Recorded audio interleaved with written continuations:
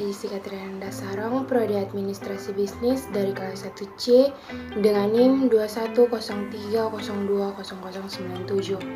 Di sini saya akan menjelaskan tentang buku sosiologi yang bertema Introducing to Sociology dari Henry Tischler pada bab yang pertama, perspektif sosiologis. Menikah karena cinta. Sosiolog mengingatkan kita bahwa keputusan menikah atau tidak menikah dipengaruhi oleh berbagai nilai-nilai sosial yang diajarkan kepada kita sejak kecil. Artinya, kita memilih pasangan kita berdasarkan nilai-nilai sosial kita menginternalisasi dari keluarga, teman sebaya, tetangga, pemimpin inti, dan bahkan pahlawan film kami. Oleh karena itu, kami kecil kemungkinannya untuk menikah dengan seseorang dari latar belakang sosial yang berbeda, kelas ekonomi, dari ras atau agama yang berbeda, atau latar belakang pendidikan yang sangat berbeda. Jadi, sebagai kami berpasangan, kami mengikuti pola yang dapat diprediksi. Di dalam kebanyakan kasus, pria itu lebih tua, menghasilkan lebih banyak uang, dan memiliki status pekerjaan yang lebih tinggi daripada wanita. Chewings Mills tahun 1959 menggambarkan tingkat yang berbeda di mana peristiwa sosial dapat dirasakan dan ditafsirkan. Dia menggunakan istilah imajinasi sosiologis untuk merujuk pada hubungan antara pengalaman individu dan kekuatan dalam masyarakat yang lebih besar yang membentuk tindakan kita, atau imajinasi sosiologis adalah proses melihat sama sekali jenis pola perilaku manusia dan penemuan sebelumnya hubungan yang tidak terlihat di antara mereka tentang satu lain dalam menanggapi kesenjangan sosial dan sosiologi konflik. Bagi para ahli teori ini, konflik sosial adalah keadaan normal. Keterlibatan sosial tetap terjaga dengan paksaan. Teori konflik prihatin dengan masalah siapa yang diuntungkan dari sosial tertentu atau pengaturan dan bagaimana mereka yang berkuasa mempertahankan posisi mereka. Perspektif interaksionis berfokus pada bagaimana individu-individu memahami atau menafsirkan dunia sosial di mana mereka berpartisipasi. Perspektif ini terdiri dari sejumlah pendekatan yang terkait secara longgar. Pada babnya yang kedua, melakukan sosiologi atau metode penelitian. Anda dapat mungkin memulai mengklarifikasi dan komponen penting dari masalah penelitian Anda. Dalam bahasa sains, Anda telah mengoperasionalkan defi pengaturan cinta. Sebuah definisi operasional adalah definisi konsep abstrak dalam hal fitur yang dapat diamati yang menggambarkan hal yang diselidiki. Lampiran ketergantungan, kepedulian, dan keintiman bisa menjadi 3 fitur definisi operasional cinta dan dapat menunjukkan kehadiran cinta dalam sebuah penelitian. Penelitian sosial seringkali sulit untuk menilai kualitas data yang diperoleh dengan cara ini. Untuk itu, misalnya orang mungkin tidak menjawab dengan jujur atau serius untuk berbagai alasan. Mereka mungkin tidak mengerti pertanyaan, mereka mungkin takut informasi itu akan digunakan terhadap mereka dan sebagainya. Tetapi bahkan data yang diperoleh dari wawancara pribadi bisa tidak dapat diandalkan. Selanjutnya, peneliti mencoba untuk menemukan sebanyak mungkin tentang studi pertanyaan yang dapat diuji tentang hubungan antara 2 atau lebih variabel empiris. Hipotesis adalah diuji dengan membangun desain penelitian strategis untuk mengumpulkan data yang sesuai. Sosiolog menggunakan 4 desain penelitian utama, yaitu yang pertama survei, observasi peserta, analisis sekunder, dan eksperimen atau kadang-kadang subset tertentu dari populasi yang dipilih untuk penelitian dikenal sebagai sampel. Sampling adalah penelitian teknik di mana peneliti mempelajari jumlah orang yang dapat dikelola, dipilih dari yang besar populasinya. Jika Prosedur dilakukan dengan benar, langsung, sampai akan representatif yang menunjukkan dalam proporsi yang setara, variasi yang signifikan, kemampuan yang mencurigakan populasi secara keseluruhan. Kegagalan untuk mencapai sampel yang representatif diketahui sebagai kesalahan mengambil sampel. Pastikan temuan penelitian mereka sendiri dan untuk belajar data orang lain. Pada bab ketiga, budaya. Kami akan mendefinisikan budaya sebagai semua yang dipelajari manusia atau dilakukan, digunakan, dihasilkan, diketahui, dan dipercayai saat mereka tumbuh menuju kedewasaan dan menjalani kehidupan dalam kelompok sosial untuk yang mereka miliki. Budaya pada dasarnya adalah cetak biru untuk hidup di lingkungan tertentu. Masyarakat latar belakang. Dalam pidato umum, orang sering menyebut orang yang berbudaya sebagai seseorang yang tertarik pada seni, sastra, atau musik, menunjukkan bahwa individu mereka memiliki rasa yang sangat berkembang dari gaya atau estetika kutipan dari hal-hal yang lebih baik. Namun bagi para sosiolog, setiap manusia itu berbudaya. Semua manusia berpartisipasi dalam suatu budaya. Apakah mereka berpikir, berpendidikan, harfas, dan kelas, atau buta huruf ketika sosiolog berbicara tentang budaya? Merupakan karakteristik dari semua kelompok manusia. Namun, ketika mereka merujuk pada suatu budaya, mereka menunjukkan pada budaya tertentu dari kelompok tertentu. Budaya mungkin telah menjadi bagian dari evolusi manusia sejak waktu itu, sekitar 15 juta tahun yang lalu, ketika nenek moyang kita pertama mulai hidup di tanah. Seperti yang telah kami tekankan sepanjang bab ini, manusia luar biasa fleksibel dan mudah beradaptasi. Adaptasi adalah proses di mana manusia menyesuaikan diri dengan perubahan lingkungan mereka. Adaptasi ini, namun, bukanlah hasil dari kesesuaian secara biologis untuk lingkungan. Bahasa dan produksi alat adalah pusatnya unsur budaya. Ada bukti bahwa hewan terlibat atau dapat diajarkan untuk terlibat dalam kedua hal ini dalam kegiatannya. Ini tidak berarti bahwa mereka memiliki budaya. Pada bab keempat, sosiologi dan pengembangan. Proses interaksi sosial yang mengajarkan anak keterampilan intelektual, fisik, dan sosial yang dibutuhkan untuk fungsi sebagai anggota masyarakat disebut sosialisasi.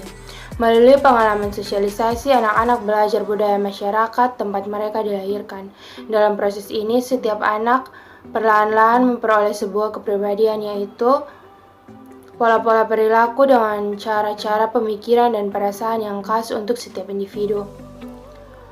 Bayangkan seorang gadis remaja yang menjadi sukarelawan sebagai pembuat permen di rumah sakit komputer atau komunitas. Dia pergi posisi untuk kuliah, bergabung dengan mahasiswa, menjadi jurnalis, paramedis, dan lulusan. Hal-hal ini semua adalah dipelajari dan dimodifikasi sebagai bagian dari proses sosialisasi. Pada bab kelima, interaksi sosial. Max Weber tahun 1922 adalah salah satu sosiolog pertama yang menekankan pentingnya interaksi sosial dalam studi sosiologi. Dia berpendapat bahwa tujuan utama sosiologi adalah untuk menjelaskan apa yang disebut aksi sosial, istilah yang dia gunakan untuk merujuk kepada hal yang orang sadar lakukan karena orang lain. Fakta bahwa konflik sering menyebabkan ketidakbahagiaan dan kekerasan menyebabkan banyak orang memandangnya secara negatif. Persaingan adalah bentuk interaksi yang umum dalam dunia modern, tidak hanya di lapangan olahraga tetapi di pasar, sistem pendidikan, dan politik sistem. Status dan peran adalah beberapa yang paling penting karakteristik sosialnya. Status adalah posisi yang diidentifikasikan secara sosial di mana orang menempati dalam kelompok status, ada terlepas dari orang-orang tertentu yang menempati mereka. Peran adalah aturan yang didefinisikan secara budaya untuk perilaku yang terkait dengan setiap status. Peran pada dasarnya adalah kumpulan hak dan kewajiban. Status dan peran membantu menentukan interaksi sosial kita dan memberikan prediktabilitas. Manusia adalah makhluk simbolis, dan segala sesuatu yang mereka lakukan menyampaikan pesan kepada orang lain. Pada babnya yang keenam, kelompok dan organisasi sosial. Kelompok sosial individu berinteraksi satu sama lain sesuai dengan status dan peran yang telah ditetapkan. Para anggota mengembangkan harapan dan perilaku yang tepat. Selain itu, mereka berinteraksi satu sama lain dalam hal kepribadian total mereka, bukan hanya dalam hal sosial mereka, identitas atau status sebagai pencari nafkah, pelajar, atlet, atau tokoh masyarakat. Kelompok referensi adalah kelompok atau kategori sosial yang digunakan individu untuk membantu mendefinisikan keyakinan, sikap, dan untuk memadukan perilaku. Ini memberikan titik perbandingan terhadap mana orang mengukur dari mereka sendiri dan orang lain. Pada bab ketujuh, perilaku penyimpangan dan kontrol sosial. Bagi para sosiolog, perilaku menyimpang adalah perilaku yang gagal untuk menyesuaikan diri dengan aturan atau norma kelompok bersangkutan. Durkheim tahun 1960 sampai 1893. Oleh karena itu, ketika kami mencoba menilai suatu tindakan sebagai normal atau menyimpang, kami harus mengidentifikasikan kelompok yang istilahnya perilaku diadili. Durkheim mengamati bahwa perilaku menyimpang adalah bagian integral dari semua masyarakat yang sehat. Dalam masyarakat atau kelompok sosial manapun, perlu memiliki mekanisme kontrol sosial atau cara mengarahkan atau mempengaruhi perilaku anggota agar sesuai dengan kelompok nilai dan norma. Sosiologi membedakan antara sarana pengadilan internal dan eksternal. Pada babnya yang ke-8, kelas sosial di Amerika Serikat. Kelas sosial terdiri dari kategori orang yang berbagi kesempatan yang sama, ekonomi dan kejuruan yang serupa posisinya, gaya hidup yang sama, dan sikap dan perilaku. Suatu masyarakat memiliki beberapa kelas sosial, dan mix mobilitas sosial didasarkan pada sistem kelas stratifikasi. Orang miskin dari semua ras dan etnis juga mengalami harapan hidup yang lebih rendah. Orang miskin mungkin lebih untuk berkembang penyakit dan perpendekan umum seperti penyakit jantung. Dalam satu studi internasional, tingkat kemiskinan untuk anak-anak dokter, orang dewasa, usia kerja, dan mendasar kesetaraan semua warga negara dan kurangnya pangkat yang diwariskan dan gelar, Amerika Serikat tetap memiliki kelas struktur yang dicirikan oleh kekayaan yang ekstrim dan kemiskinan. Perbedaan kelas ada di Amerika Serikat berdasarkan pada ras, pendidikan, nama keluarga, pilihan karir atau kekayaan. Stratifikasi sosial telah menunjukkan bahwa kelas sosial mengalami perubahan. Pada babnya yang ke-9, stratifikasi global. Stratifikasi dapat terjadi dalam dua cara, yaitu yang pertama, orang dapat ditugaskan untuk peran sosial menggunakan sebagai dasar untuk menetapkan status yang dianggap berasal dari yang mudah diidentifikasi karakteristiknya seperti jenis kelamin, usia, nama keluarga, dan warna kulit yang tidak bisa mereka kendalikan.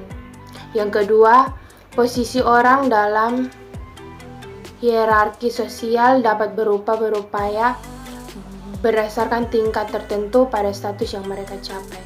Sistem kasta adalah bentuk stratifikasi yang kaku berdasarkan pada karakteristik yang dianggap berasal seperti warna kulit atau keluarga, identitas yang menentukan prestise seseorang, pekerjaan, tempat tinggal, dan hubungan sosial. Babnya yang ke-10, minoritas, ras, dan etnis. Definisi sosial ras yang menentukan dalam kebanyakan interaksi memberikan sedikit perhatian pada individu ciri fisik, turun-temurun, atau apakah dia presentasi atau darah negro, adalah 1/4, 1/8, atau 1/16. Ketika orang-orang dengan ras dan etnis yang berbeda, identitas nik datang bersama-sama. Gesekan berkembang di antara kelompok. Kecurigaan dan ketakutan orang sering muncul mencakup berbagai pengalaman manusia yang tak terbatas. Mereka menjalankan keseluruhan mengacu pada kategori orang yang didefinisikan sebagai serupa karena sejumlah fisik karakteristiknya. Karakteristik ras dipilih secara sewenang-wenang sesuai tujuan pemberi label. Ras secara historis telah diidentifikasikan menurut kriteria genetik, hukum, dan sosial masing-masing dengan kriteria sendiri. Pada bab 11, stratifikasi gender. Karakteristik saat lahir, perbedaannya paling jelas dilakukan atau diberitahukan pada alat kelamin pria dan wanita. Gender identitas adalah ekspresi dari apa yang dialami. Rakyat cenderung menganggap bahwa bertindak maskulin atau feminim adalah hasil dari proses bawaan yang ditentukan secara biologis, bukan hasil sosialisasi dan pembelajaran sosial pengalaman. Fungsionalis berpendapat bahwa bagian seksual tenaga kerja diperlukan untuk operasi yang efisien dari masyarakat pra-industri. Wanita yang melahirkan dan bayi yang dirawat tetap terlibat dalam perawatan anak dan kebutuhan hidup sehari-hari. Pria diburu, digiring, dan membela keluarga. Pada bab 12, pernikahan dan pengaturan keluarga alternatif. Keluarga inti adalah bentuk keluarga yang paling dasar dan terdiri dari pasangan suami istri dan atau anak angkat. Keluarga inti ditemukan di semua masyarakat etis, dan dari bentuk inilah semua orang atau gabungan bentuk keluarga diturunkan. Perkawinan, sebuah institusi yang ditemukan di semua masyarakat, adalah serikat pekerjaan yang diakui secara sosial, dilegitimasi, dan didukung individu dari lawan jenis. Bab 13, agama. Agama adalah sistem kepercayaan, praktik, dan filosofi nilai-nilai yang dimiliki oleh sekelompok orang. Agama juga adalah salah satu institusi masyarakat yang paling penting. Durkheim mengamati bahwa semua agama membagi alam semesta menjadi dua kategori yang saling eksekutif. Salah satu fungsi ritual dan doa adalah untuk menghasilkan keadaan emosional yang sesuai. Semua agama mendukung sistem kepercayaan yang biasanya termasuk tatanan supernatural dan seperangkat nilai untuk diterapkan dalam kehidupan sehari-hari. Babnya yang ke-14, pendidikan. Percaya bahwa tujuan utama pendidikan adalah untuk menyamakan masyarakat. Ward percaya bahwa sumber ketidaksetaraan adalah distribusi pengetahuan yang tidak merata. Tujuan utama dari pendidikan adalah untuk menyetarakan masyarakat dengan membuat pengetahuan tersedia untuk kita semua. Layanan terkait adalah memberi siswa setidaknya satu nutrisi makanan sehari-hari. Para ahli teori konflik memandang masyarakat sebagai arena konflik di mana kelompok-kelompok tertentu mendominasi orang lain dan institusi sosial menjadi instrumen dengan di mana mereka yang berkuasa dapat mengendalikan yang lebih kecil kekuasaannya penuh. Bab 15, sistem politik dan ekonomi. Di seluruh dunia sering terjadi penyerahan kekuasaan masalah hidup atau mati. Kekuasaan dijalankan dalam spektrum cara yang luas. Pada suatu kutub adalah menerima legitimasi penguasaan dalam memberikan sanksi atau bahkan menggunakan kekerasan jika perlu. Di sisi lain, ekstrim adalah pemaksaan. Kekuasaan dianggap tidak sah oleh orang-orang di atasnya. Kekuasaan berdasarkan otoritas cukup stabil dan patut dipatuhi. Bab 16, penduduk dan masyarakat perkotaan. Malthus, tahun 1776 sampai tahun 1834 adalah seorang pendeta Inggris dan ekonomi yang percaya bahwa populasi pertumbuhan terkait dengan hukum alam tertentu. Inti dari masalah kependudukan menurut Malthus adalah bahwa kependudukan Latians akan selalu tumbuh lebih cepat dari makanan yang tersedia pasokan. Masalah akhir abad ke-20 adalah persembahan pinggiran kota. Pemekaran pinggiran kota melibatkan perluasan subdivisi perumahan baru dan komersial daerah, peningkatan penggunaan mobil dan penggunaan lahan yang terpisah sesuai dengan kegiatan, meningkatkan ketergantungan pada mobil yang diproduksi oleh Sproul telah mengubah cara kita hidup. Penduduk untuk perpindahan bisnis ke subur menciptakan ketidakcocokan antara tempat yang belum dimanfaatkan ini, pasokan pekerjaan, potensial tinggal, dan di mana pekerjaan berada itu terletak. Bab yang ke-17, kesehatan dan penuaan. Lebih mungkin untuk merokok, kelebihan berat badan, dan memiliki fisik yang rendah, tingkat aktivitas. Studi yang mencoba menjelaskan faktor risiko ini telah menunjukkan bahwa ini hanya bagian dari penjelasan. Afrika Amerika dan penduduk asli Amerika memiliki profil kesehatan terburuk. Rata-rata harapan hidup untuk bayi Afrika Amerika adalah sekitar 5 tahun kurang dari untuk bayi kulit putih dan untuk laki-laki dan perempuan. Bab ke-18, perilaku kolektif dan perubahan sosial. Perubahan sosial dan teknologi adalah topik penting untuk studi sosiologi. Sosiologis harus mempertimbangkan jumlah teknologi yang mengesankan perubahan dan perubahan sosial yang tumbuh darinya. Perubahan sosial terdiri dari setiap modifikasi dalam organisasi masyarakat di salah satu lembaga sosialnya atau peran sosial. Sekian dan terima kasih.